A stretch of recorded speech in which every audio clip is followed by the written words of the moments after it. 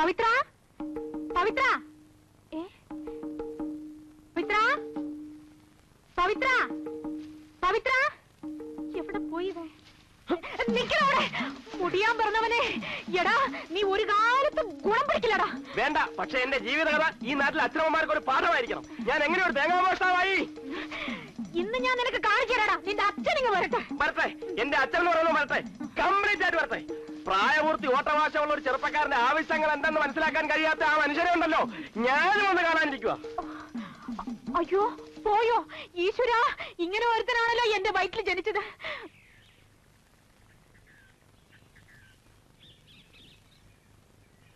തേങ്ങ ആയിരിക്കും. അല്ല, പശുവിൻ നെയ്.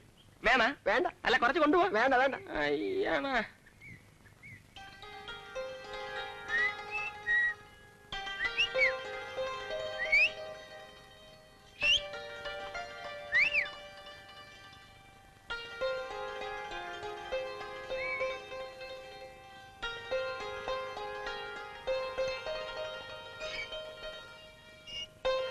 ഒന്നുമില്ലേ? എന്തോന്ന്? കയ്യിലൊന്നും ഇല്ലെന്ന്. വല്ല തേങ്ങ, കുരുമുളകോ, കശുവണ്ടി എന്തെങ്കിലും ഉണ്ടെങ്കിൽ എടുത്തോണ്ട് വന്നാൽ മതി.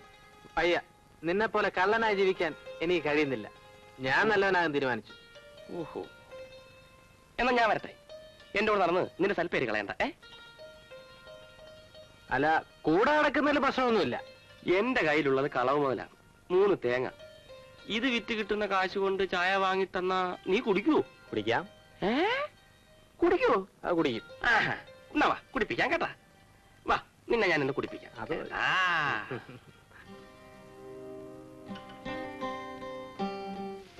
അമ്മേ,